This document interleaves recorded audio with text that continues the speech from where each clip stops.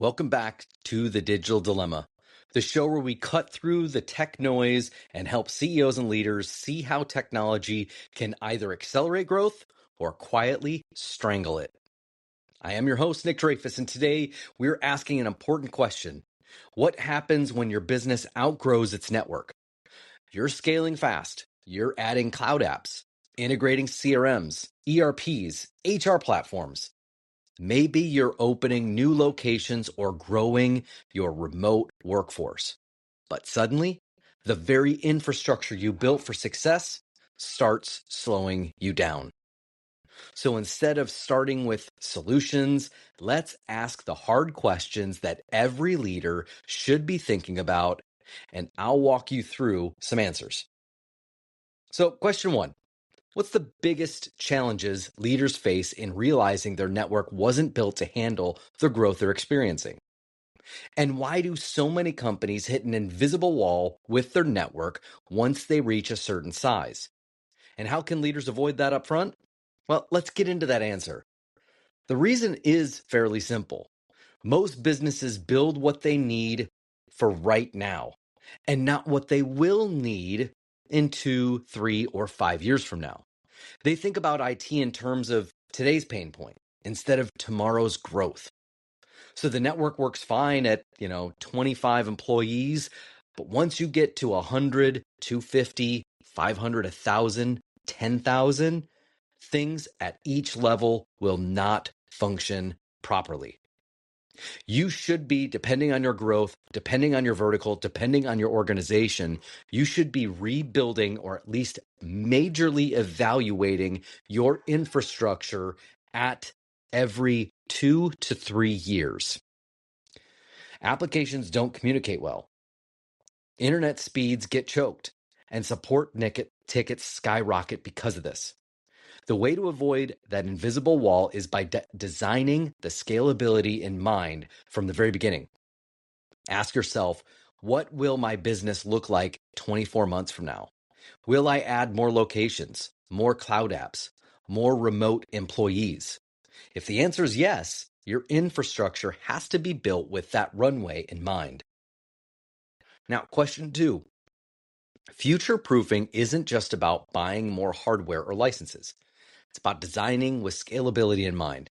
So what does a truly future-proof network look like for a company planning to double in size in the next few years?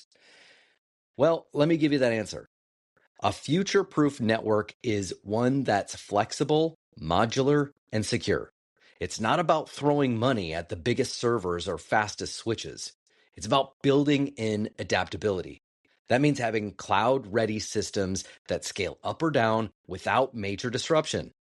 It means standardizing tools and platforms so integrations work smoother. It means putting security at the core so every new connection doesn't open the door to unnecessary risk. A future-proof network also includes visibility. Leaders need dashboards and monitoring tools that give them a clear picture of performance. If you can't see what's happening, you can't fix problems before they snowball.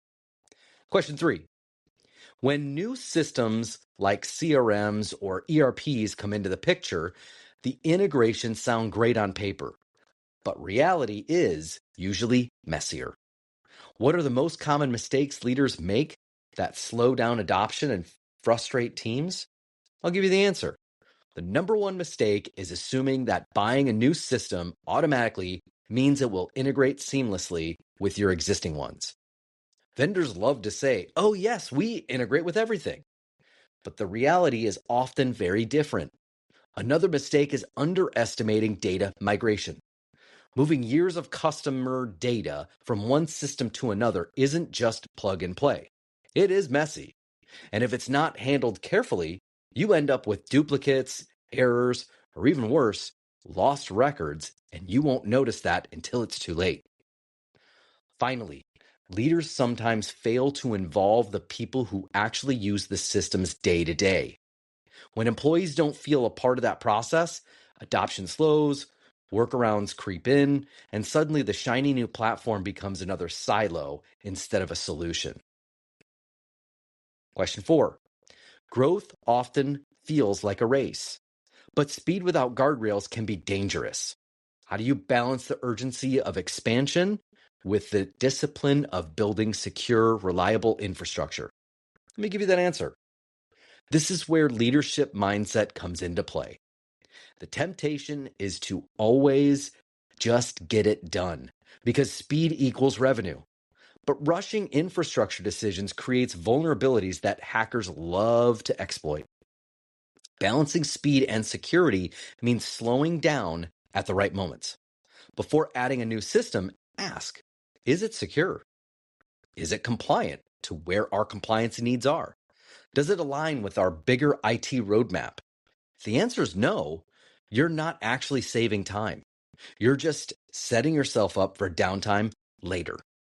The best companies move quickly, but with intention. They build in governance, standards, and clear processes so every new addition strengthens the foundation instead of potentially weakening it. Question 5.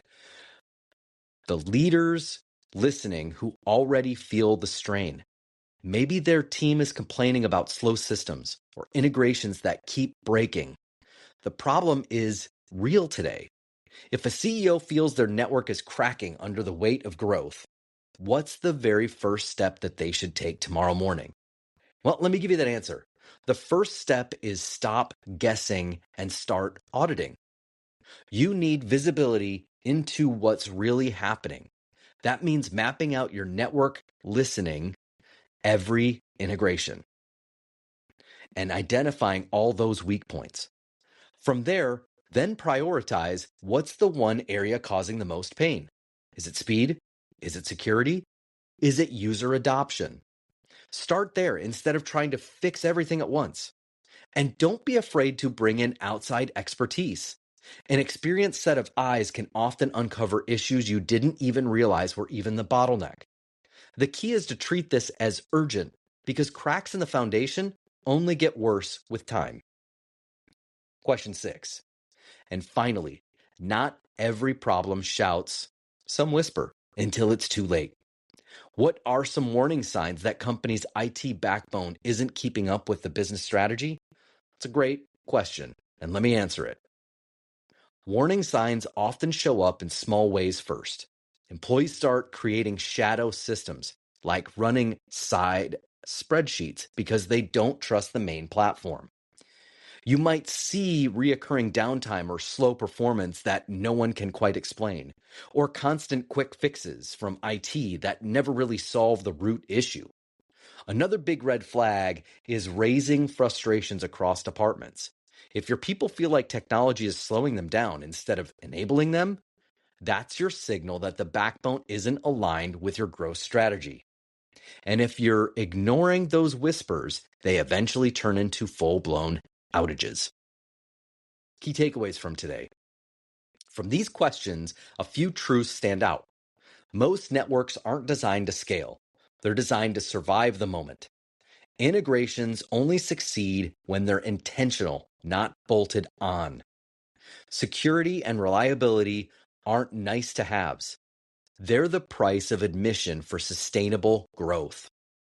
And leaders who treat IT as a growth enabler, not a cost center, are the ones who scale without breaking. Period. Now, that wraps up today's episode of The Digital Dilemma. Scaling is exciting, but if your network can't keep up, growth turns into growing pains. The good news is, with the right planning, your IT backbone can actually become their biggest competitive advantage, not your bottleneck. Now, if today's episode sparked something for you, share it with another CEO, CFO, or leader in your circle who might be wrestling with the same challenges. Thanks for tuning in, and remember, in today's world, digital strategy is business strategy. I'll see you next time on The Digital Dilemma. This is Nick Dreyfus. Have a great one.